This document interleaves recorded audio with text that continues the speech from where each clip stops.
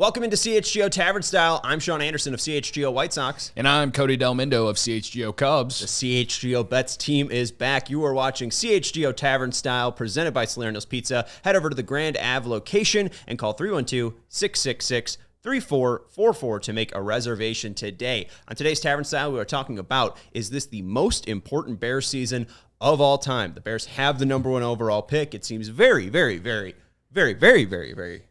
clear that Caleb Williams will be the number one overall pick, and you have the pick at 9 overall. Cody, is this the most important season in Bears history?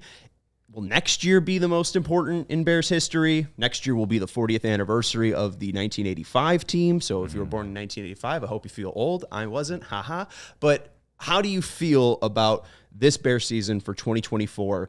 Is the pressure on already for Caleb, or does he have some time to figure it out? I think the only fair way to look at it is that he does have time.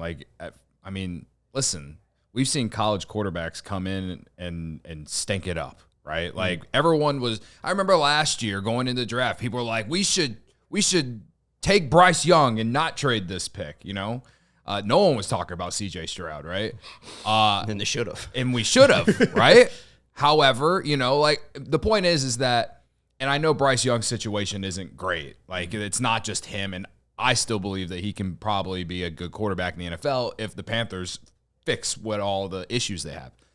The point is, though, is that we've seen guys come into the league that were taken pretty high in the draft and not be great right away. Even, I'm not even talking about the Trubiskys that just were complete busts. I'm talking about, I don't know,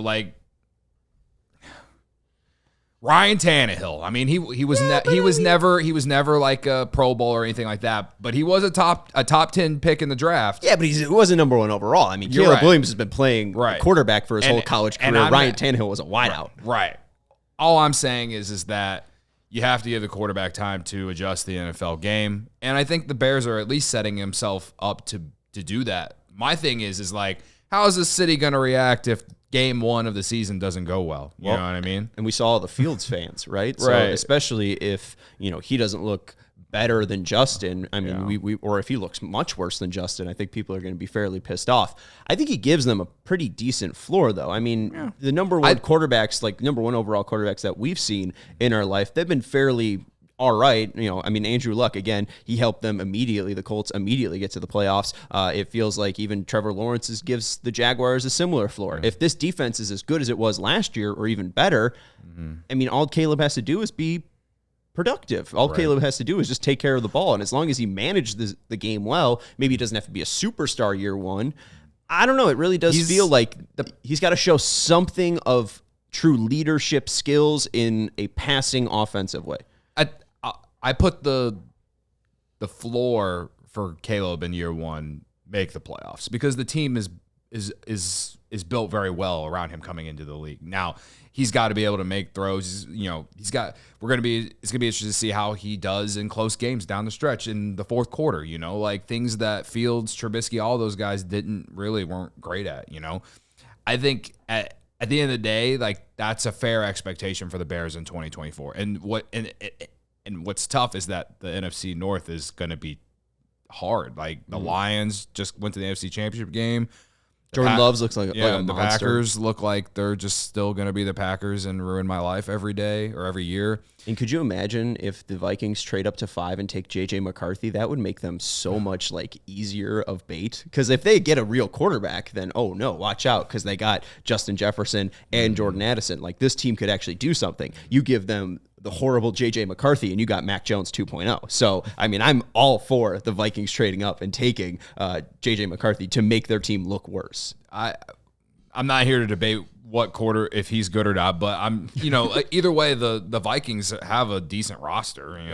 They got to figure out the quarterback situation, of course, so it's kind of a wait and see, but it's also the same thing with the Bears. Caleb Williams is going to have he's going to have high expectations for year one. And I think playoffs or bust at the very least. 2025, if this team makes the playoffs, maybe wins a playoff game, whatever, something like that, then yeah, you're going to have Super Bowl expectations in year two.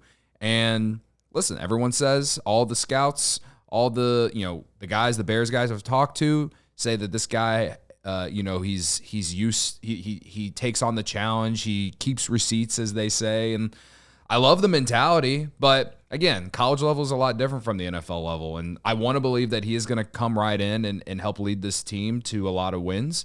But at the end of the day, we literally have to wait and see. So for me, to answer the question, year one is all about playoffs or bust. Year two, if things go that way in year one, it's Super Bowl in 2025. Make sure you hit that like button. Make sure you let us know what you think. Is this 2024 the most important Bears season of all time, or will it be that next year, friends, in 2025 when the Bears 1985 team's turning 40 years old? Stop by Salerno's on tap, located at 1201 West Grand Ave in Chicago's Westtown, and enjoy their tavern-style pizza and ice-cold beer.